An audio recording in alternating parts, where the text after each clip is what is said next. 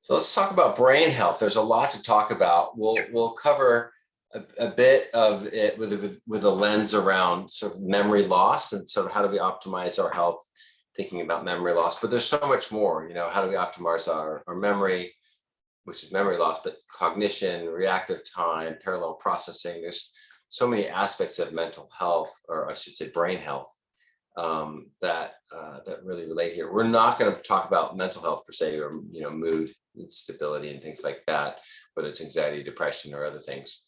But we'll focus today really around memory and optimization of brain health. So if there are other questions, feel free to throw out some questions as we go along. So dementia is a huge issue, as many of you know. 1 out of 7 folks really are suffering from this, and actually it's up to it's even rising higher amongst those that are 70 and older. And it's expensive. It's an expensive burden on the healthcare industry, but also on the household itself. And you can see the cost of care is really quite tremendous. Over a couple $100 billion. And given the fact that we're an aging population, we know that's only going to go up. And what I want to focus on really today is the things that we can change. Why talk about things that we can't? So we can't change our age. If we had genetic mutations, we have those. They're our genotype. We can't change our family history, and we cannot change this ApoE4 genotype. So, but we can often, we think, change the phenotype, the expression of some of these genetic mutations, so that they don't present in the disease form in us. And there's lots of options there, and these is the list of the things we can change, which clearly is a huge list. I like to think about it sort of as a doc. I think about it as a sort of an integrated medicine or functional medicine oriented physician. I think about it on the right hand side, thinking about the physiology a bit. So immune activity, inflammation, oxidation, and the powerhouse of our cell, the mitochondria, which really every single cell has. It's passed on through the mom, the maternal inheritance pattern. These mitochondria, which actually we think originally came from, there were different organelles that came into the cell back, long time ago, to allow for a multicellular organism. These mitochondria, they're the ones that generate energy. If you hear about ATP or these phosphates that generate energy, so there's something called the oxidative phosphorylation pathway, and that oxidative phosphorylation is what we call the electron transport chain. And what happens in there is that we provide fuel into that system through what we call the Krebs cycle. So you eat some food, it breaks down, it goes through this Krebs cycle. Glucose, for example, goes through it and generates phosphates, which generates ATP, which creates the engine so that our cells can actually function. It's like the engine of our cells. So there's a range of different things. The oxidation aspect is thinking about rusting, right? You don't want things to rust. How do we keep down the oxidation? And inflammation is pretty self-explanatory. Most of us know a lot about that. And then immune cell activation. We don't want a lot of immune activity in our brains, particularly if you think about glial activity and some of the innate brain cell activity that we have in our brain. We want to keep that on the down low. And the reason being is all these processes lead to deterioration of the normal physiology of our brain, which then leads to memory loss.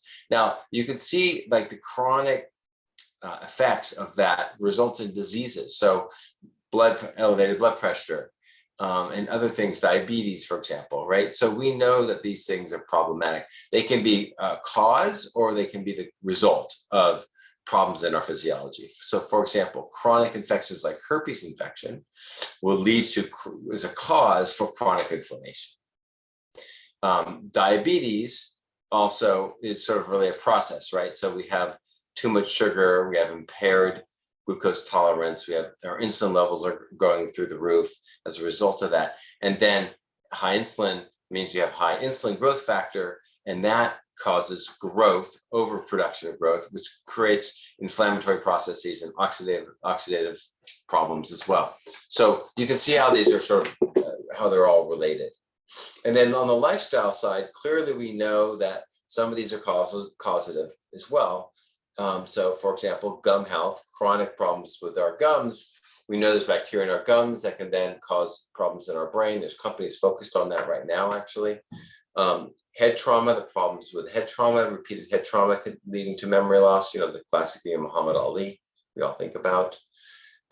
Keeping our mind intellectually engaged and active as we age, really important. Sleep quality and quantity. And we know that when we don't get good sleep, what does that affect? And I gave a whole talk about sleep, but sleep affects so many things. It affects our neuroplasticity, the new neural connections we can make, memory consolidation. So you have your life daily events, and then you go to sleep, and then there's some consolidation that put those into memory, and there's some learning, which is that new connections can be made. That all is dependent on good sleep quality. And when that's poor, that doesn't happen as well. And in addition, it causes a stress state, which then leads to inflammation and oxidative stress as well. So you can see how these are all quite correlated. If you look at food choices and quality and quantity, if you think about food, what do we know about food? Some people are intolerant of certain food groups. So let's take the classic one of gluten, which a lot of people think that since something's gluten-free, it means it's healthy. Let me just do a side note to tell you that it's not true. And let me give you some examples. Ice cream is gluten-free. Definitely not healthy for us, right? You can have a gluten-free cookie. Doesn't mean it's healthy for you at all. There's plenty of sugar in there, and there's plenty of grain of some other sort in there. So gluten for some people not everyone, but for some people, they don't do well, and it can cause gluten intolerance for them. That can result in a myriad of different symptoms. And that leads to a chronically inflamed state. So that's back to the physiology side again. So you can see how these are all really related. Activity levels, again, similar thing. If you're sedentary, you're not really allowing things to go through the system and be detoxified as well. So they tend to accumulate. And activity, if you are very active, again, that will regulate our nervous system, which also influences our hormones and many other factors that change our physiology. So that's an overall tour, but now let's get into some of the details.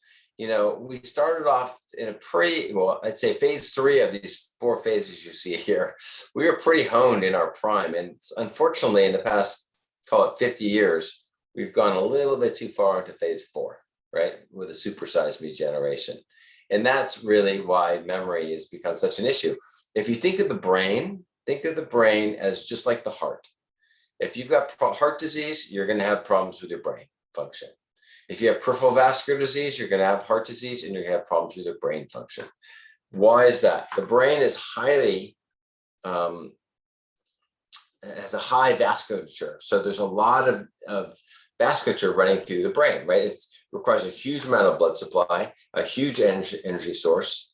Over 25% of our calories are function just to burn to allow our brain to function. So if you think about the vascular supply to the brain, as that gets clogged up, which happens with people that have heart disease, and it's all part of the same system, then you have problems that lead to stroke, and you have ischemic events, you have small white matter problems, where small vessel disease, where you actually get these small, teeny strokes that repeatedly occur over time, and then that leads to memory loss over time, what we call multi-infarct dementia. So let's talk about some preventable risk factors that account for nearly half of all of Alzheimer's cases. So there's the list. We sort of talked about much of this earlier in the previous slide. A 25% reduction in 7 risk factors could potentially prevent as many as 3 million cases of Alzheimer's worldwide. So, that's huge. So good news is this is all within our choice. If we can learn to get outside of our normal patterns, our normal habits, and get some distance to how we run our life or live our own life, and create some distance so we can observe ourselves, maybe we have the opportunity to change our habits. And in so doing, we can free ourselves up to live a much more fruitful and productive and optimized life. So this is, we talked through this already, but this is sort of just a nice visual for you. The microglial activation is that immune system. I was talking about microglial cells when I was referring to chronic immune activation in the brain. And I was talking about herpes as an example of that. Chronic herpes infection with people can lead to increased risk.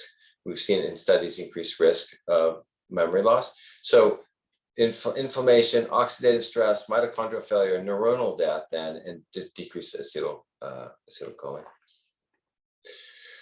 So here's if this is helpful to you, it's a picture of our brain. There's a PET scan, which PET looks at glucose metabolism. And you can see here, there's a lot of activity. Now, that would be great if this measured up to someone that's doing like an intense thinking or intense meditation or seeing something, watching a very active visual field, something visually. And so their occipital cortex was very activated. What this shows you is chronic activation that's related to chronically inflamed state. So this shows microglial activity, which is the immune system that's chronically activated in the setting of someone that has Alzheimer's. So you can see here that this is a problem. Now, and you can also notice, by the way, on MRI that you don't see that, but on a PET scan, which is what you need in order to see that. So here's what shows you a bit more detail. It's an electron microscopy view of this, which you can see the purple are these plaques that we think relate to Alzheimer's. It's obviously too late once you already have these plaques. You're pretty far down the process. But what we see here is activated astroglial cells there. That's the green, and astroglial microglial being the red. So you can see here that there's high activity of our immune function within the brain around these beta amyloid plaques. So we talked about herpes and a bit about gum health and a diet, exercise, and poor sleep. Let's just sort of run through a few of these. And this is a nice study that looked at IgM activity, so antibody activity related to herpes infection, and showing a correlation between the rate of Alzheimer's disease decline over time associated with antibodies of herpes virus, simplex virus. And what you can see here is the solid line is showing much more rapid progression of Alzheimer's amongst those that had herpes virus antibodies than those that didn't have those herpes simplex virus antibodies. Huge discrepancy, roughly double at 14 years. So during acute, the paper goes on to say during acute herpes 1 infection, which many of us have, the same brain regions are involved as in Alzheimer's. So there's some concern here that there's some overlap where you have long-term survivors of acute herpes 1 brain infection exhibit severe memory loss. And so I encourage those that have recurrent outbreaks of herpes virus 1 to go on chronic suppression for this reason. Some people argue if you have any, if you are infected with herpes virus 1, herpes simplex virus 1, that you should go on viral suppression therapy like acyclovir or valsiclovir chronically. There's no data to support that, but there is this correlation that you see. So clearly, if someone has recurrent infections, I recommend people go on suppressive therapy. And there's different ways to do it. You can do it for a year and then come off, which has been shown to dramatically decrease the rate of outbreaks, or you can go on chronically. So inflammation leading to oxidation. And what you can see here is just looking at glucose levels and risk of dementia. So here's another example. If you have fasting glucose levels, and you can see that your risk goes up. So at 115, the risk is about 1.18, or about, you can see there's an increase, almost 20% increased risk.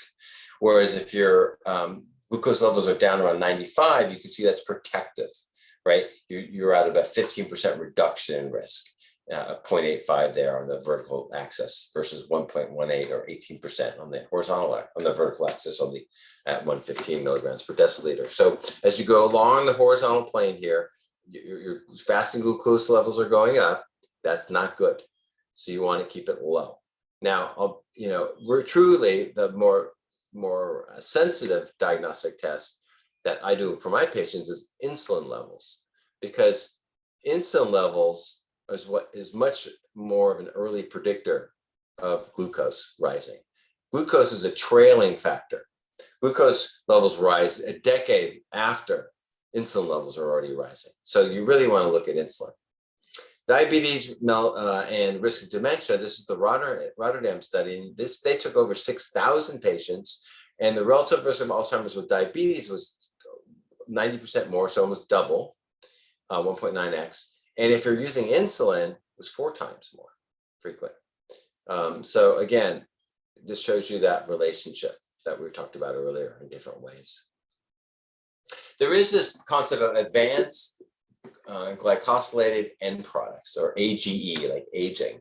And what that means is a glycosylated end product is the glycosylation is, and I call it actually aminoglycated end product. So this is really a protein binding to a sugar molecule. And when that happens, that's a bad thing. That happens typically when sugar levels are elevated. It happens more and more frequently. So this thing called a hemoglobin A1C that many of you may have heard of, or HA1C, hemoglobin A1C. The hemoglobin is the protein. So you got hemoglobin A1C, that's glucose binding to hemoglobin, the protein. And they do a 3-month average. From that, they can tell what your average glucose levels have been by looking at that binding. And the more binding, the higher the hemoglobin A1C levels go. And so nutritional therapy to try and look at these glycosylated end products that is thought to be helpful is alpha lipoic acid, N-acetylcysteine, carnosine, DHA, low carbohydrate diet, which makes sense if you think about glucose control and diabetes, right? Aspirin, which I'm less clear on what that mechanism might really be, and benfotiamine and as well, and taurine. So these are worth knowing about from a nutritional perspective. So if another way to think about might we reduce inflammation and oxidation, right? So there is this thing called NRF2, and NRF2 transcription factor.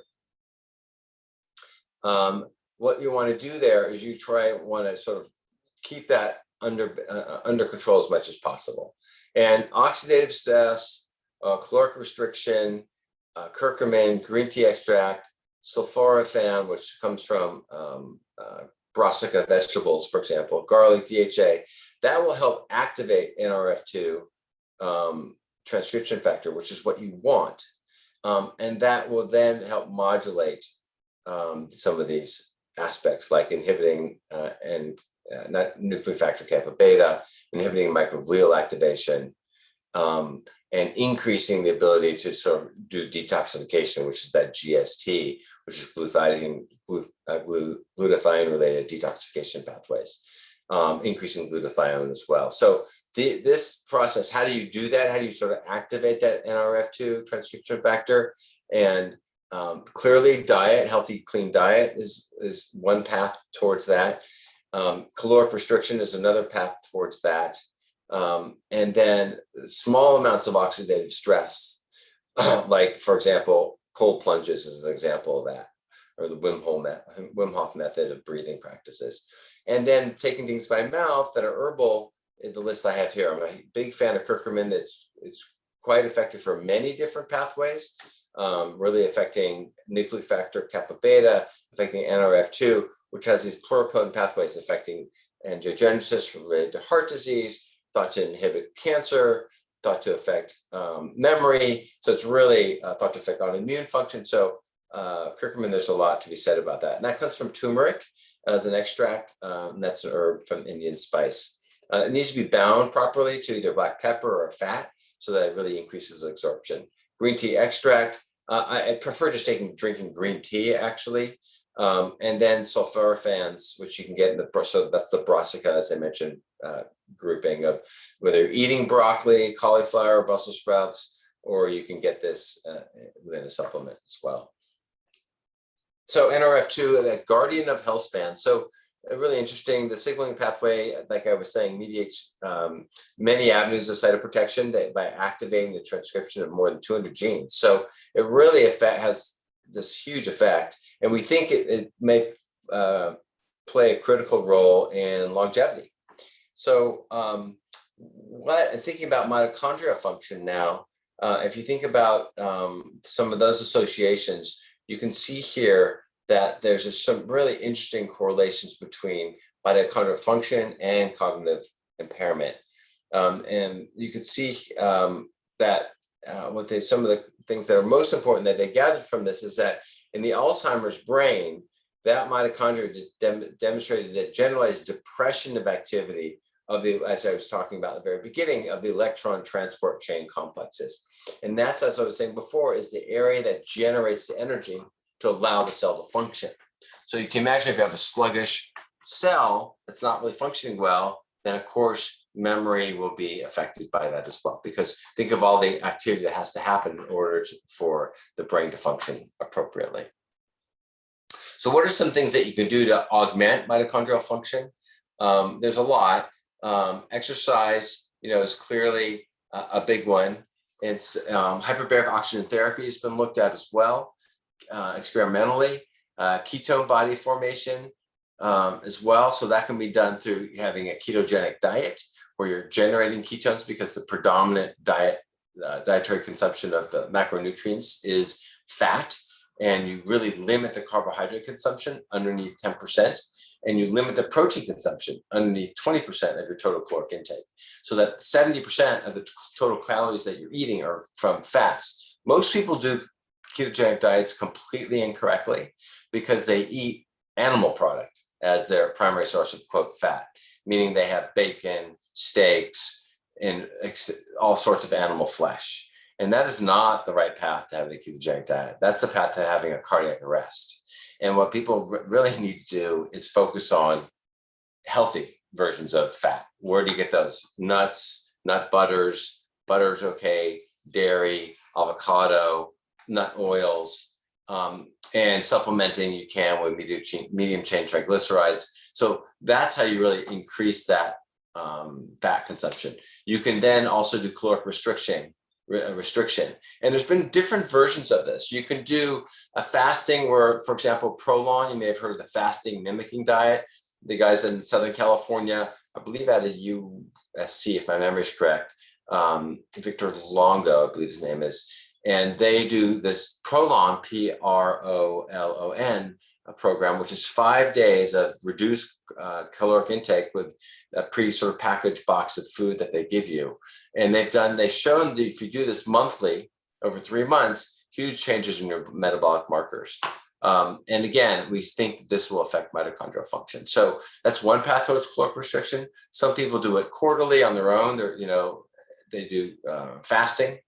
Some people do chronic caloric restriction. So there's many approaches. And then coenzyme Q10 is thought to play a role. And there's a lot of other nutrients that are being looked at, such as berberine, quercetin, looking at a range of different gateways that we think affect mitochondrial function. So we do know exercise definitely increases the volume of people's brains, the volume of their hippocampus. If you think about it, not only does it affect our hormone function, our neurotransmitter function, but it increases our blood supply to the brain, right? And we know it has huge effects. It has huge effects for mood, lowers blood pressure, improves sleep, reduces glucose levels. I mean, you name it, and it has a positive effect. Most people think about it a little bit backwards. So unfortunately, our messaging from the national level is too vanilla. So we tell people to exercise 150 to 180 minutes a week. And basically people look at that and say, well, I can't do that, so I'm not going to do anything. And that's the wrong messaging. The messaging should be anything is fantastic, because anything is literally 10x better than nothing. So even 15 minutes a day is 4 to 6x better than nothing. And you can see here, you get diminishing returns the more you exercise. You still get additional returns, but they're diminishing. So low physical activity, such as walking, gives you a significant benefit. And that could be 15 minutes a day. They've shown that 15 to 20 minutes a day gives you 2/3 the benefit of working out 45 minutes a day. They've also shown that if you work out 15 minutes 3 times a day, let's say you walk 15 minutes 3 times a day, that's just as effective as 45 minutes once a day. And more of the data that's looking at the sedentary lifestyle that we all lead, where many of us actually may work out, but then we sit all day in front of a computer. Actually, that is an independent risk factor, both for memory as well as cardiovascular risk. because when we sit for prolonged periods of time, just think about the circulatory system is not as active, right? And our lymph isn't as active. So that cleansing process is not happening where we bring toxins up and we run them through their skin or through our lungs, through our exit, through our breath, or skin, through our sweat, or through our liver and our kidneys for detoxification. That's not happening because we're seated. Also, you increase your risk of blood clots. So there's so much stasis happening because we sit. So it's really important once an hour to get up and walk around. I tell people to set timers for walk around for 5 minutes every hour, roughly. Change your meetings. It's rather than 60-minute meetings, they should be 50-minute meetings. So you have 10 minutes in between for context shifting. It's really hard thinking about memory and brain health if you're constantly switching contexts throughout the entire day. People need a break in between to regain and not to go immediately to their phone, just do email, but to actually just reflect for a moment, maybe have an idle conversation and then go back. So you move from idle conversation back to focused concentration and focused executive function. So you can see here as you go to moderate, as you go to the blue and the green, moderate to extremely active, high activity strenuous levels. For example, high intensity training, you can see there that high intensity interval training at the green, you get some additional benefit, but it's not nearly as much if you look at the slope compared to going from 0 to low physical activity. So at a minimum, I tell people do something every day. 15-minute walk is way better than not.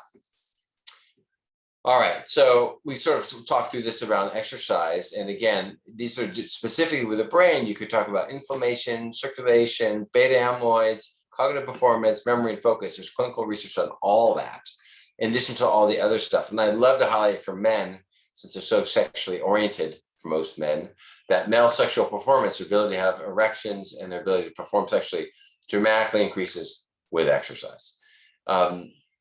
So let's look at some examples of that.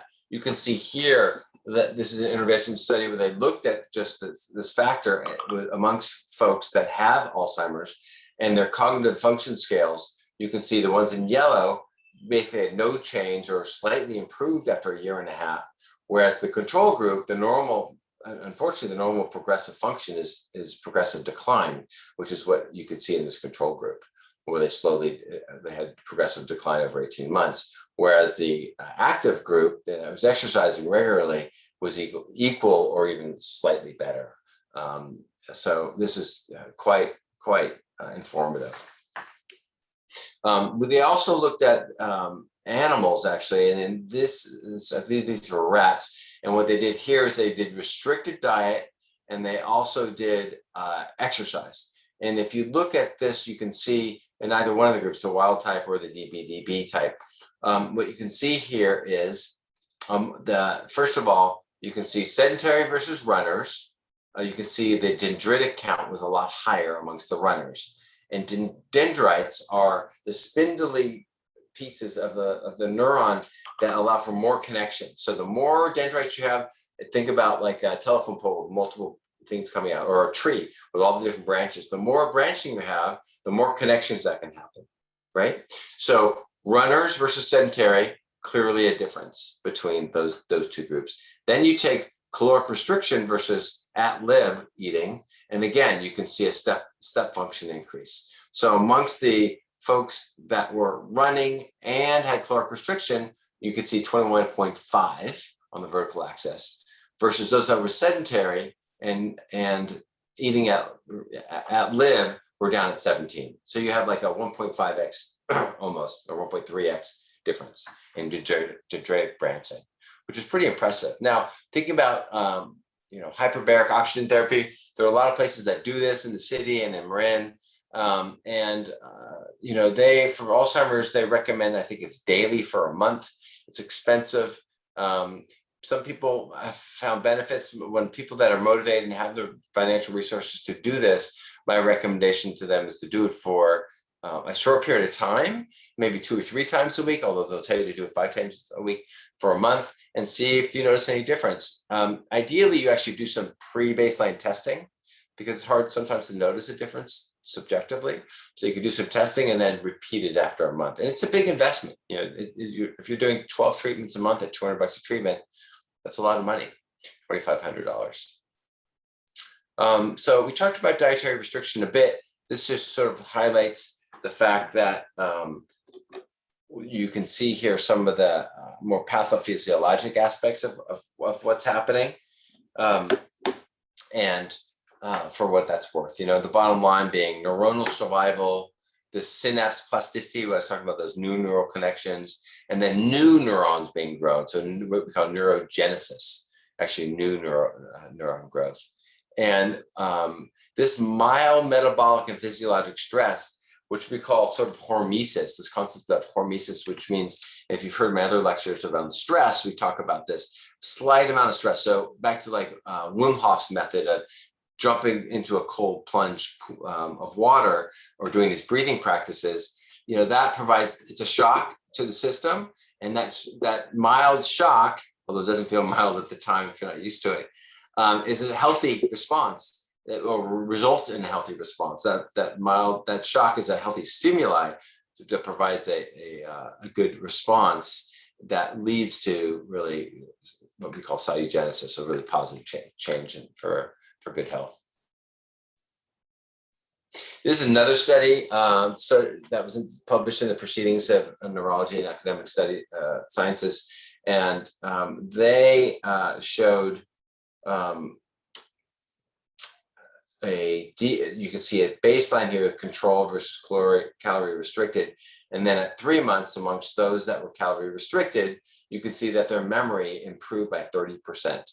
So you can see somewhat of a decrement over those 3 months in the control group, and then you can see a dramatic increase amongst those that were in the caloric restricted diet.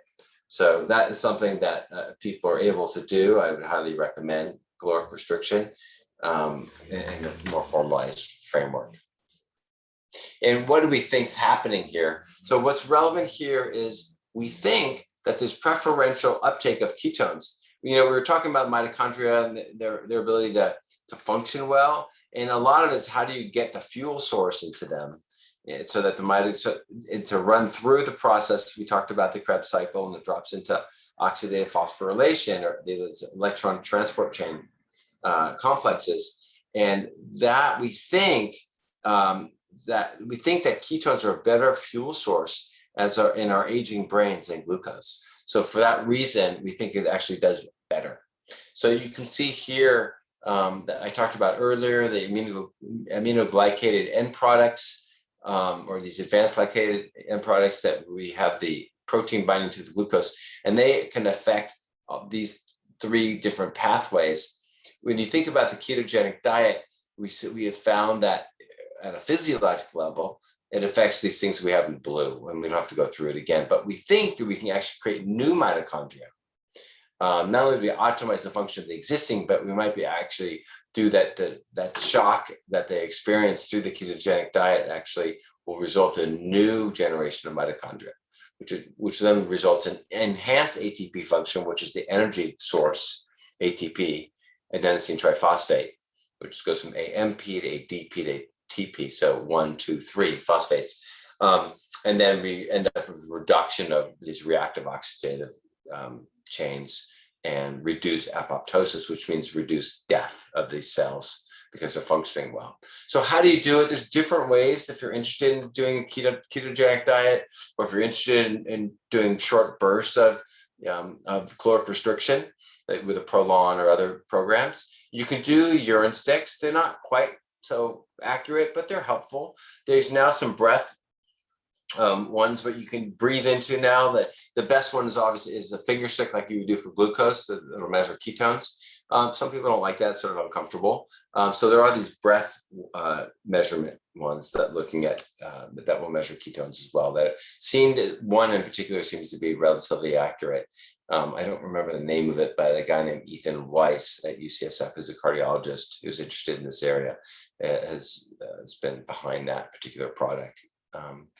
So there's a range of different books out there, and I recommend, if you're something you're interested in, to think about that. An example of this cover, you could see here of this salad, you can see there's avocado in there. There's probably a lot of oils in there. I don't see any nuts, but there should be nuts. And you can see a little bit of what looks like, I don't know if that's red meat or what that might be, but you can see the amount of animal flesh is on the light side. And that's really what you want. Much less animal product than, or animal flesh and muscle than most people are eating these days, thinking that they're on a ketogenic diet when they're really not. Talking about carbohydrate consumption is a separate conversation for a moment. Just a low carbohydrate diet, what does that look like?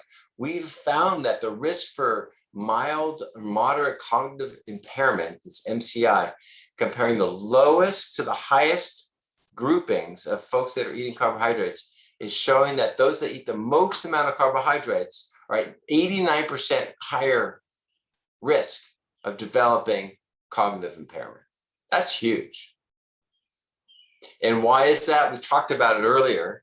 Glucose and insulin and diabetes and these AGEs, which I actually listed right here again, these aminoglycated end products. So you can see here that's concerning. Now, this is all cross-sectional. We don't know cause here.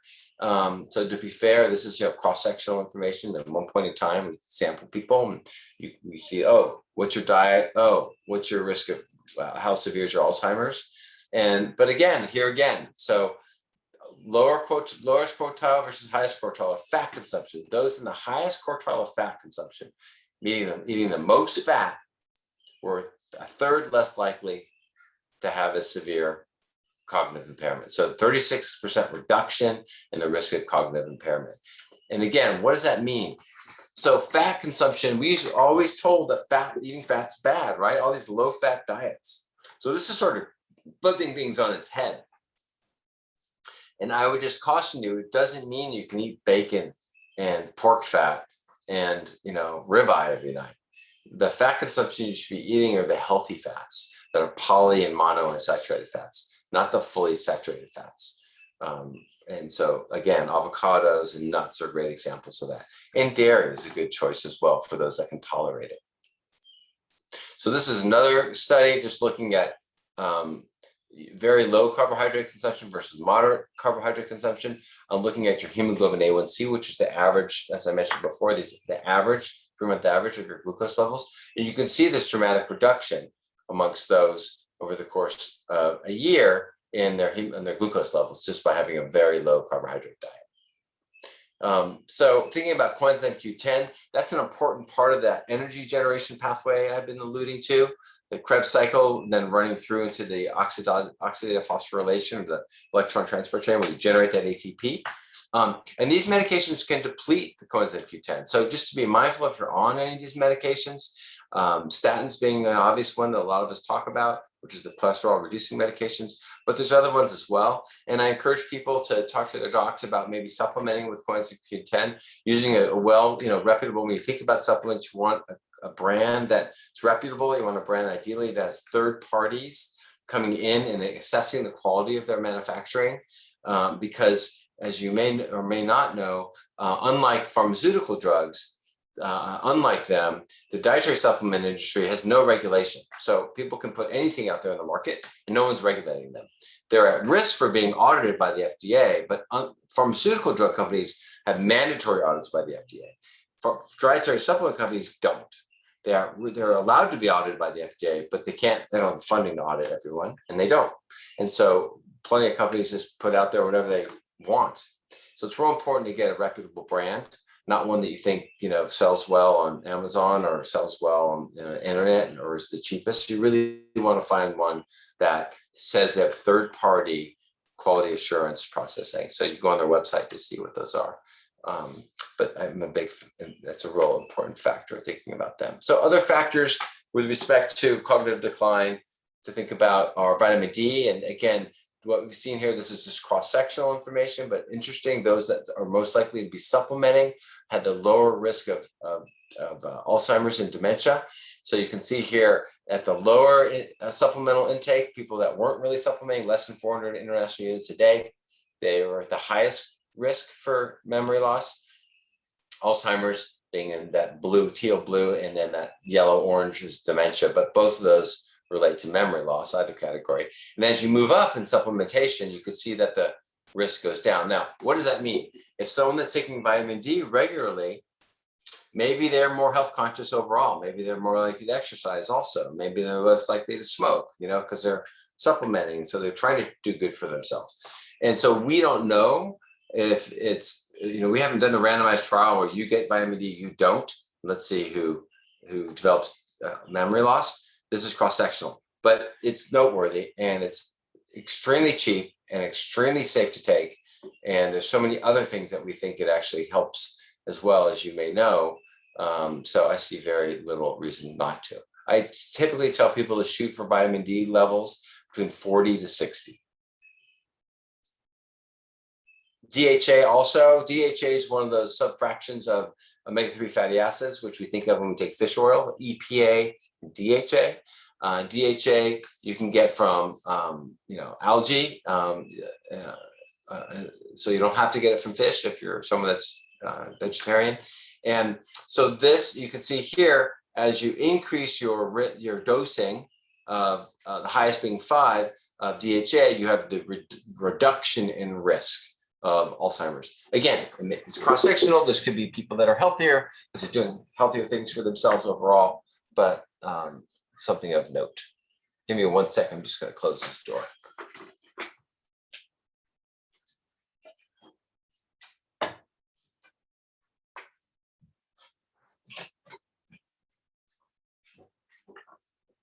So in summary, when thinking about this, we want to reduce inflammation.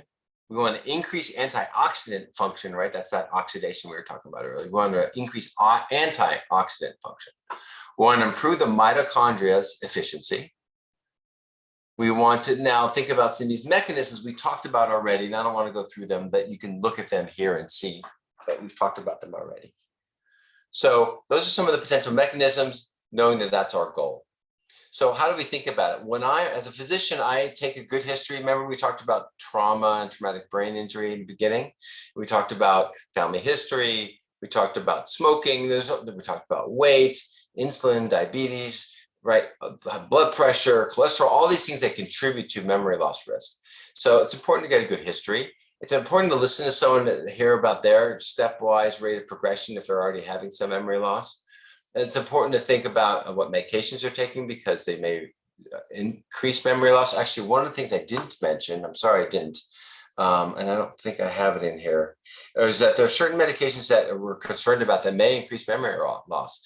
And there tend to be ones that people use for sleep. So Benadryl being one of them, for example. Benzodiazepines, the whole class, chronic use of benzodiazepines. So what does that mean? Ativan, Valium. We think sleeping agents like chronic use of Ambien, Lunesta, et cetera, potentially as well. So there's trazodone may as well, which people use for depression, also as a sleep aid. So there's a list of medicines to be thinking about that may increase our risk, and it's important for us to think about alternate medicines for you if you're taking those. Comorbidities, we already talked about all the other health conditions that can contribute. Or that may be like signals like, hello, you have high blood pressure. Hello, you've had a heart attack already. You probably have problems with your vascular system. We need to think about your memory. And then a physical exam, because there's other things we can pick up that we may not have noticed. And then knowing your numbers is something you can know yourself. What are your vital signs? Meaning like, what is your blood pressure at home? And you may or may not know this, but the highest prediction of stroke risk for people that have elevated blood pressure is not what your blood pressure is at your doctor's office. That's a misleading number because many of us are stressed out when we see the doctor. It's actually your at-home blood pressure. So make sure that you check your blood pressure at home. Don't pay attention to your blood pressures at the doctor's office or at the pharmacy. Get your own blood pressure machine, check it at home. There's some great ones now. You can share the data with your doctor. There's so many out there, but for example, the Withings, Withing, they're a great company. They have a body composition machine. So you can look at your body fat, which is really important. You can they have a blood pressure machine, and all these will then upload into a portal that then you could share with your doctor, or you could look at yourself or whatever. And then, so your body, your BMI is really a combination of your height and weight.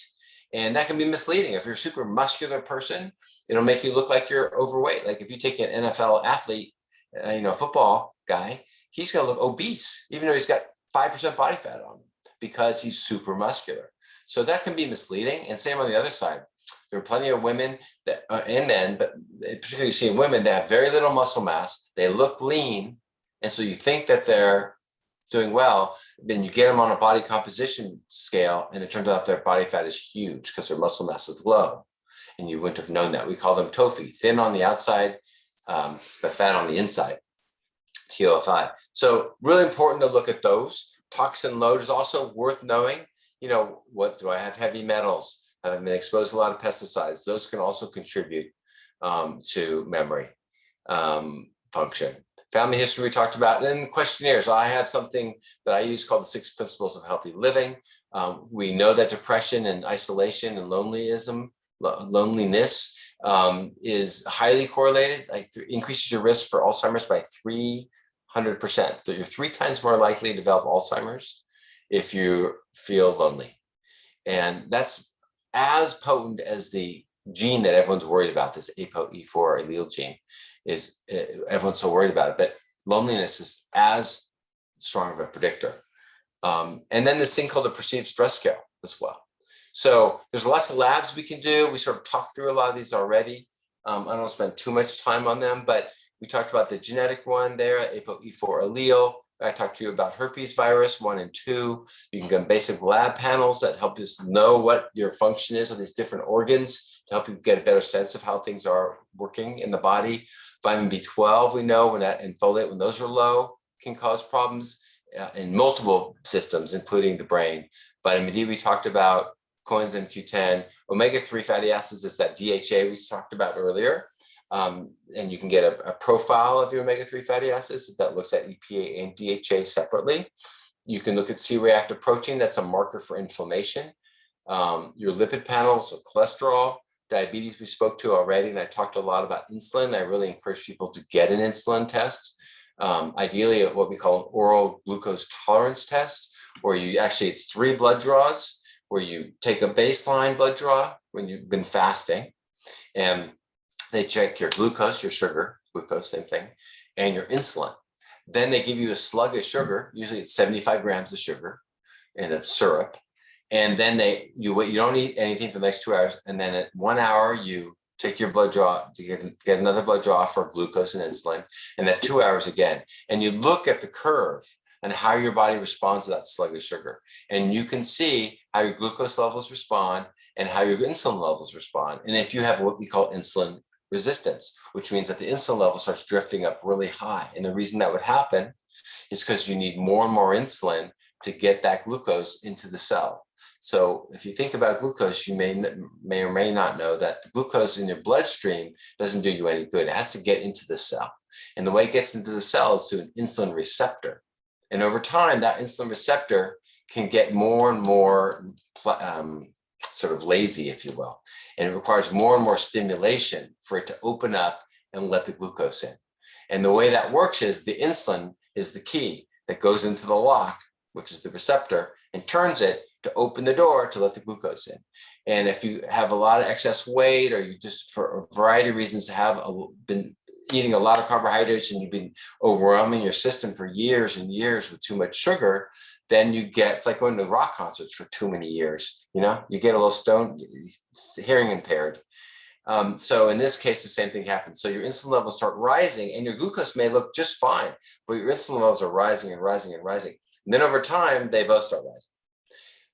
And then we talked about these other chronic infections that could happen, your hormone levels for men in particular, testosterone, thyroid function, heavy metals, and chronic inflammation through eating foods that may cause problems, such as gluten is one example.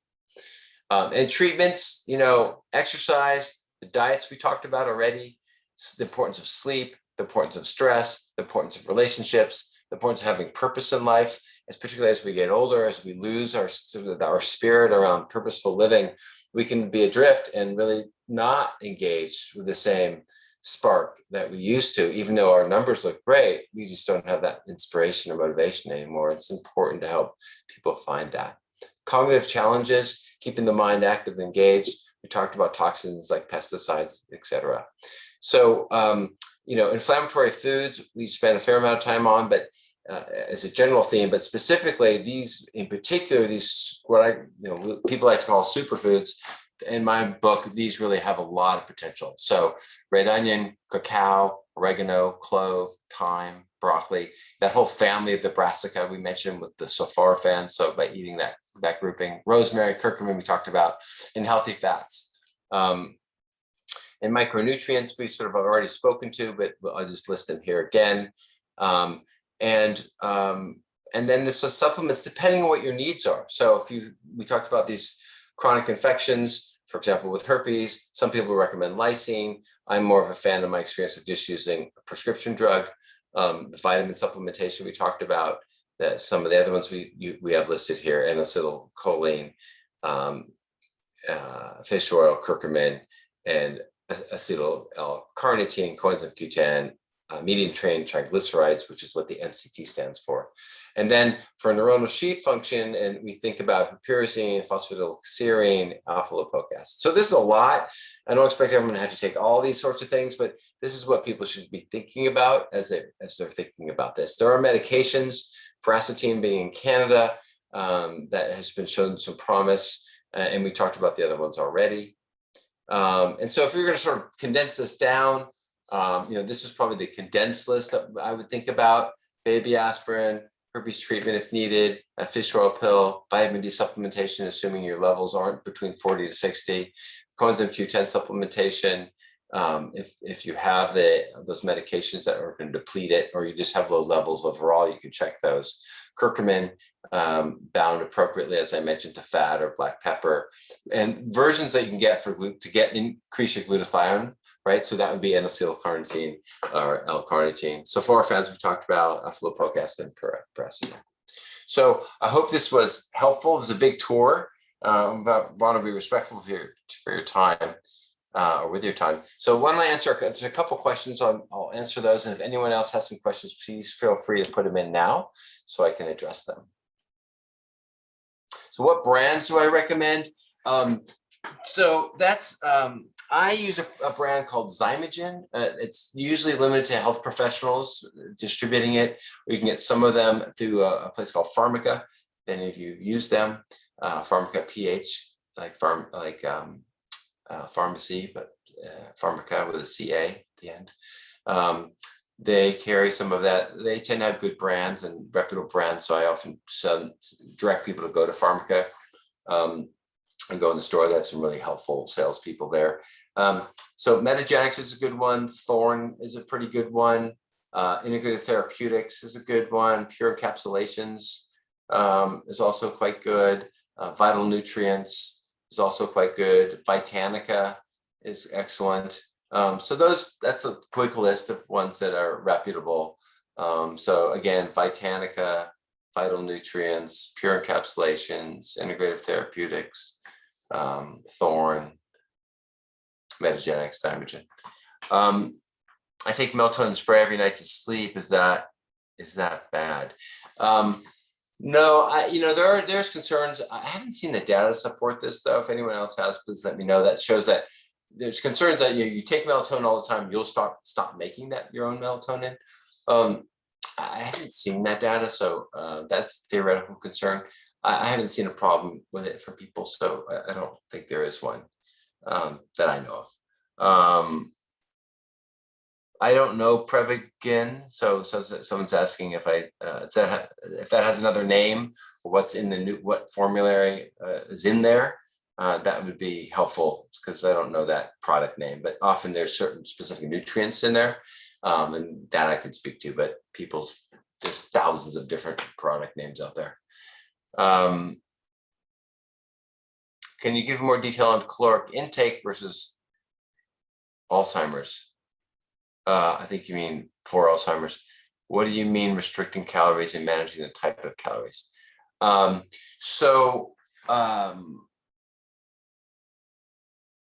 In general, people would eat at, there's a couple ways. So caloric restriction, overall for longevity in general, people tend to be relatively thin, right? If you look at the centurions, they tend to be thin.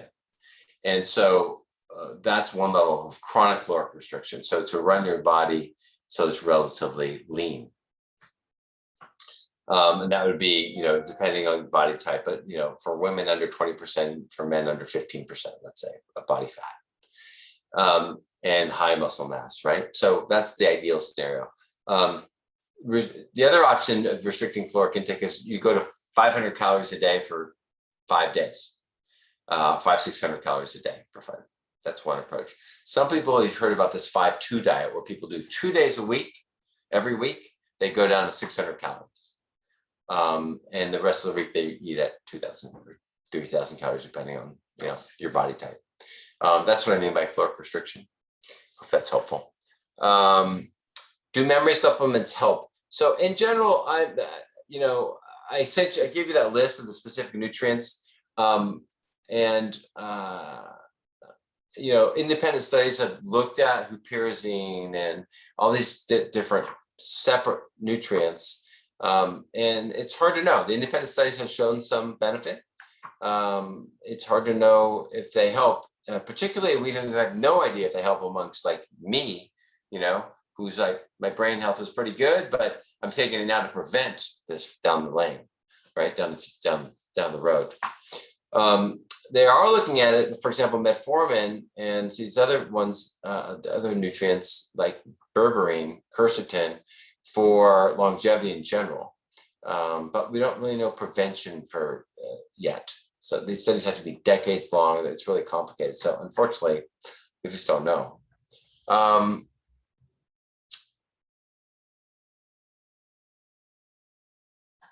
Yeah, so there's a good point here. So someone talked about trazodone. I know a lot of people that use trazodone. They find it really helpful for sleep, and then they can't sleep, without it. And and you're right. Lack of sleep is bad, And what's worse, taking trazodone or not being able to sleep at all?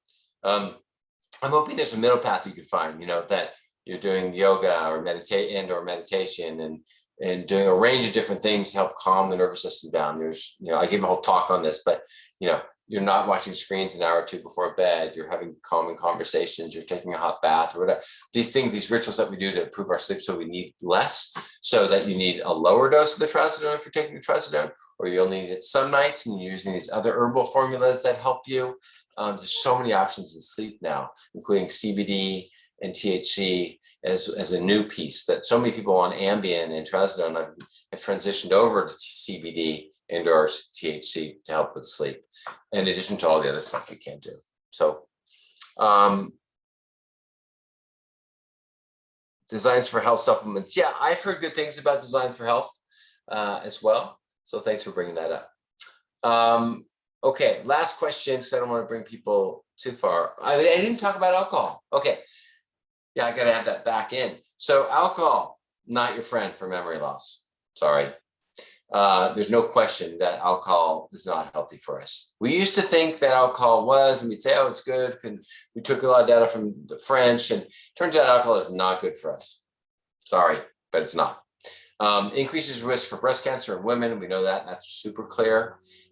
We know it increases risk for memory loss in men and women. We know it's cardiotoxic to our heart, or toxic to the heart cells in our heart, even at lower doses. So it's not our friend. So I tell people, if you're going to drink, do it twice a week. It's not a friendly recommendation in the Bay Area. People like to have their wine in particular, or their martinis, and they like to drink every night. But the truth is, if you want to live a long, prosperous, and happy life, alcohol is not going to be your friend on that journey. All right. So what else can I mention? It was great having everyone here. I appreciate everyone's time. We do this once a month. If you're not on the newsletter, feel free to sign up. BlueWaveMedicine.com is a newsletter. You can sign up through that. Or if you happen to come through Cavallo Point, feel free to do that as well. And look forward to having more conversation in the future. And have a good night. Thank you.